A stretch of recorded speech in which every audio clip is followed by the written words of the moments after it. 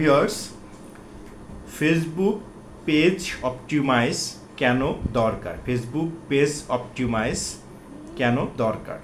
আচ্ছা, যারা সাধারণত একদম নতুন পেজ করেছেন বা দীর্ঘদিন আপনার পেজটা করা আছে বা আপনারা রিসেন্টলি অ্যাড রান করতে চাচ্ছেন বা ফেসবুক বুস্ট করতে চাচ্ছেন, আপনার প্রোডাক্ট আর সার্ভিসটাকে ফেসবুকের মাধ্যমে সেল করতে চাচ্ছেন, তো সেই ক্ষেত্রে সবার আগে আপনার দরকার হচ্ছে পেজ অপটিমাইজ।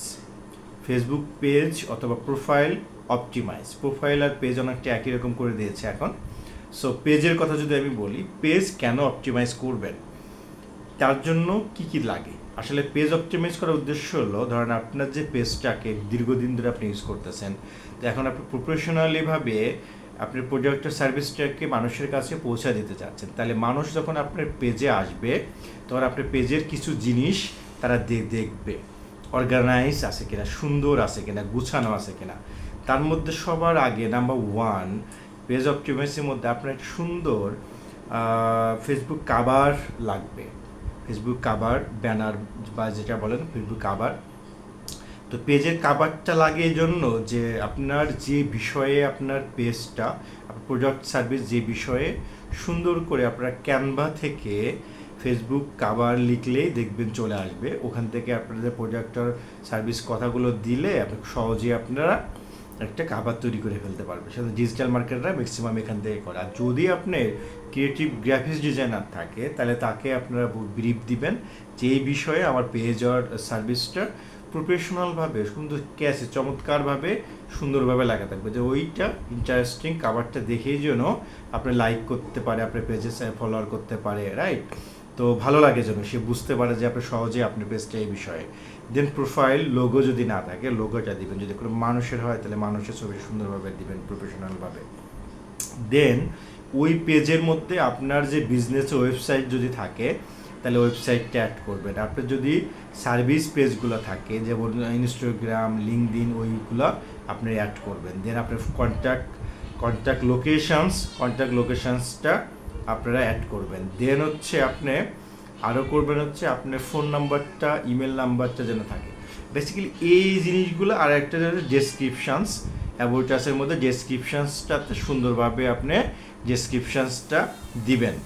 কেননা এই জিনিসগুলো যখন আপনি বুস্ট করবেন, তখন মানুষগুলো আপনার পেজে আসবে। পেজে আসলে আপনার এই জিনিসগুলো দেখবে, কারণ কমিউনিকেশন করার জন্য এটা। আরেকটা very very important, call to actions. দেখবেন যে কন্ট্যাক্ট আস থাকে, কন্ট্যাক্ট আসে গিয়ে আপনারা লিঙ্ক দিবেন, কন্ট্যাক্ট আসে লিঙ্ক দিবেন, অথবা কন্ট্যাক্ট আসে কন্ট্যাক্ট নাম্বার বা কীভাবে হোয়াটসঅ্যাপ অ্যাড করতে পারেন, রাইট? তো বেসিক্যালি এই ডেসক্রিপশনসটা সুন্দরভাবে দিবেন, যাতে আপনার পেজটা ডেসক্রিপশনে পড়ে বুঝতে পারে এই প্রোডাক্ট আর এই সার্ভিস নিয়ে আপনি বিজনেসটা করতে চাচ্ছেন।